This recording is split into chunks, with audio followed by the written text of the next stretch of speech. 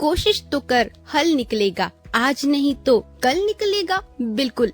Welcome back. आप सुन रहे हैं रेडियो नोएडा लोकमंच 91.2 FM। शो चल रहा है सखी सहेली, मैं हूँ खुशी। और मैंने अभी आपसे कहा कि कोशिश कर, हल निकलेगा, आज नहीं तो कल निकलेगा। बिल्कुल। अगर आप कोई भी काम पूरे लगन से, मेहनत से करते हैं तो सफलता संभव है। कहते हैं कि कठिन परिश्रम ही वो चाबी है जो किस्मत का दरवाजा खोल देती है। बिल्कुल। तो सबसे जरूरी बात ये है कि हमें अपने लक्ष्य पे सबसे पहले फोकस करना चाहिए। हमें क्या करना है, क्या नहीं करना है, फिर हमें उसमें पूरा प्रयास करना चाहिए। और चलिए, ध्यान मैं भी दे रही हूँ, बात को मैं आगे बढ़ा रही हूँ। तो चलिए अब मैं थोड़ा काम की बात भी कर लेती हूँ। जैसा कि मैंने अभी आपसे कहा था कि गाने के बाद लौटूंगी तो काम की बात करूंगी। तो चलिए काम की भी बात कर लेती हूँ। अगर आपके बच्चे 10वीं और 12वीं की परीक्षा दे रहे हैं, उसके लिए कठिन परिश्रम कर रहे हैं, तो उनको ये समझाइए कि वो लोड ना ले, प्रेशर ना ले, बिल्कुल फ्री माइंड से काम करे। अगर उनके मन में कोई भी सवाल है जो टीचर से वो डिस्कस करना चाहते हैं, कोई भी सवाल जवाब, तो यहाँ पर वो कर सकते हैं। क्योंकि हम यहाँ पर हर एक दिन टीचर्स को बुला रहे हैं शो में और उनसे परीक्षा से जुड़ी बहुत सारी बातचीत कर रहे हैं। अगर आपको भी कोई सवाल जवाब करना है तो उसके लिए आप यहाँ पर अपना सवाल कर सकते हैं।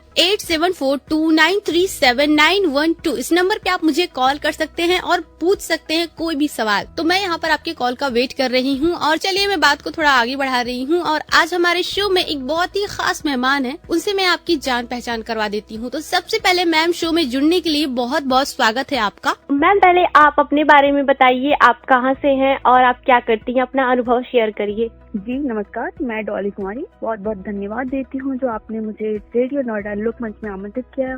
जो 10th और 12th के बच्चे हैं वो एग्जाम देने जाएंगे, उसके लिए एक चर्चा और चर्चा के विषय रखे हैं। मैं बिहार पब्लिक स्कूल में लगभग 4 साल से पढ़ा रही हूँ और अभी जस्ट मैंने सुरभि में ज्वाइन कर लिया है। वहाँ पे भी मेरे 2 इयर्स हो गए, तो लगभग मैं कह सकती हूँ कि 6 साल मेरे एक्सपीरियंस है।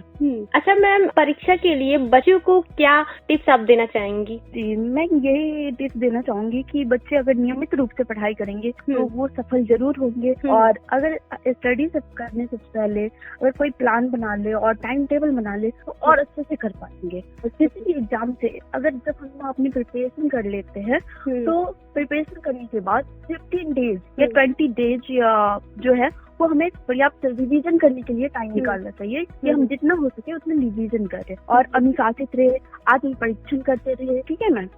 मैम, बच्चों को तनाव मुक्त रहने के लिए परीक्षा के दिन में क्या नहीं करना चाहिए? जी, परीक्षा के दिन में हमें ये नहीं करना चाहिए कि हम जितने लोग, एक्चुअली क्या होता है ना, जब हम किसी चीज को करते हैं तो 10 लोगों से जब बात करते हैं ना तो हमारा माइंड क्या हो जाता है, डाइवर्ट हो जाता है।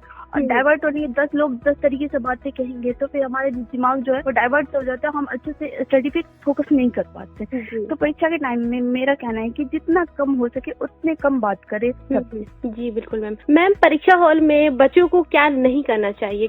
मेरे ख्याल से परीक्षा हॉल में जो है सबसे पहले आप इतना सेल्फ कॉन्फिडेंट अपने अंदर रखिए कि हम क्वेश्चन अच्छे से मतलब पढ़े उसको, क्वेश्चन को, इसके बाद फिर पढ़ के क्वेश्चन को समझ के, और जो क्वेश्चन हमें पहले आता है ना उस क्वेश्चन का आंसर देना चाहिए हमें। नहीं तो कितने बच्चे ऐसे होते हैं कि जो क्वेश्चन आता है ना बोलते हैं कि जो हम बाद में कर लेंगे, जब तक वो बाद आएगा तब तक टाइम खत्म हो जाता है और जो वो क्वेश्चन नहीं आता रहता है उसको वो करने की कोशिश कर जाते हैं और उस कोशिश में टाइम हमारा लेस हो जाता है और जो क्वेश्चन आता रहता है वो छोड़ के आ जाते हैं। जी मैम, जब आप 10वीं की परीक्षा दे रही थी तो उस टाइम में क्या माहौल था, उसका अनुभव शेयर करिए मैम। जी, ये आपने बहुत अच्छी क्वेश्चन पूछा है और ये क्वेश्चन जो है वो मैं कह रही हूँ, मैं जब आज से 10 साल पहले मैंने 2011 में अपने 10th की एग्जाम दी थी और उस समय में जो माहौल थी वो एक बहुत ज्यादा ही कंपटीशन की माहौल थी। उस टाइम पे ना हमारे पास 10 साल में इतने ज्यादा फोन हुआ करता था, ना हम इतने ज्यादा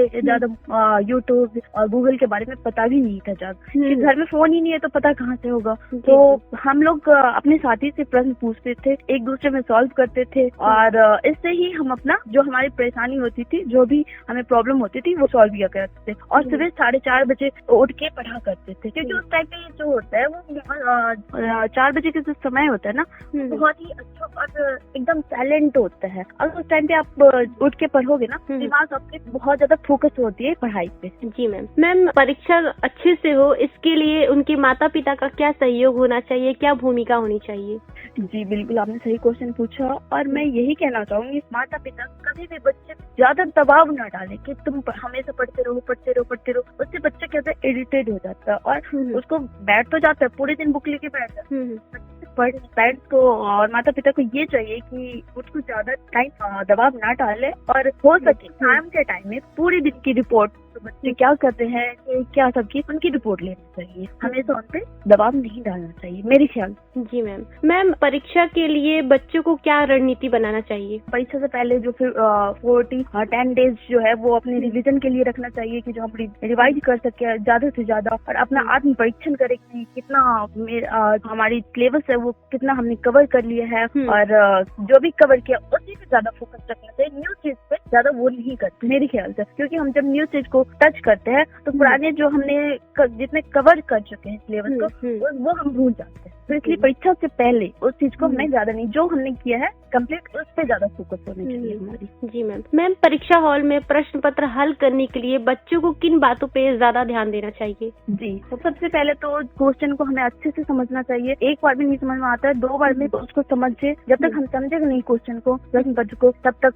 हम आंसर नहीं दे पाएंगे। तो इसलिए हमारा यही कहना होगा कि आप सेल्फ कॉन्फिडेंट रहिए और आप क्वेश्चन को अच्छे से समझिए और इसके बाद ही आंसर कीजिए। और आंसर करने से अब ये डर मत रखिए कि जो क्या होगा नहीं होगा, आपको आता है वो आप अच्छे से आंसर दीजिए। जी मैम। और मैम, मैं आपसे ये जानना चाहती हूँ कि खान पान का किस तरह से ध्यान देना चाहिए बच्चों को? जी, खान पान का सबसे पहले जब हम हमारा एग्जाम होता है या एग्जाम से पहले हम अपने ना खाना पीना ना सेहत की बिल्कुल भी ध्यान रखते हैं, कब खाते हैं कब क्या करते हैं।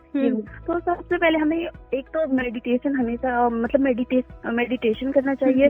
खान पान का ध्यान रखना चाहिए कि जो हम कब खाए कब ना खाए, कितने बजे खाना है, जिससे हम ज्यादा नींद आ जाएगी, पढ़ने के टाइम में नींद आने लगे। इसलिए खान पान पे ज्यादा ध्यान देना चाहिए। जी मैम। मैम, जाते जाते आप बच्चों के लिए क्या मोटिवेटिंग वर्ड्स कहना चाहेंगी? यही होगा कि अपने जीवन का लक्ष्य निर्धारित करो और सभी दूसरे विचारों को अपने दिमाग से निकाल दो। सफलता का कोई शॉर्टकट तरीका नहीं होता और मंजिलें उन्हीं को मिलती है जिसके सपनों में जान होती है। मंजिलें उन्हीं को मिलती है जिसके सपनों में जान होती है। पंखों से कुछ नहीं होता मेरे दोस्तों, हौसले से उड़ान होती है। जी बिल्कुल मैम। और मैम, आप शो में जुड़ी इतनी अच्छी बातें हमारे साथ शेयर करी, बच्चों को इतनी महत्वपूर्ण जानकारी यहाँ पर बांटा और अपना कीमती वक्त दिया हमें, उसके लिए thank you so much ma'am show में जुड़ने के लिए। जी धन्यवाद।